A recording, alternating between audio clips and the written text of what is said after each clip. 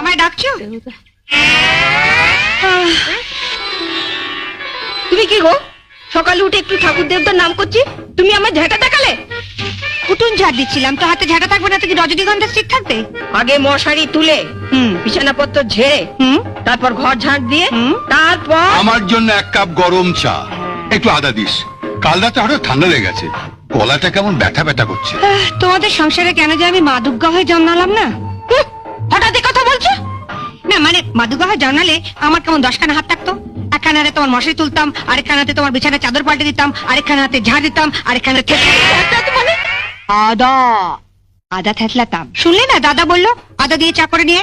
আদাটা আগে না থেতলালে চাটা করবো কি করে? চাটা আগে থেতলাবো না ঝাঁটাবো? ঝাঁটাবে মানে? মানে আগে উঠোতে ঝাঁট দিয়ে দেবো না দাদার জন্য আদা থেতলে চা করেন? তোমার যা ইচ্ছে তাই করো, মেয়ে হয়েছে একখানা। আরে বরঞ্চ ঝাঁটাই। তুমি আমার পূজা রেগে আছো, সব কাজ ফেলে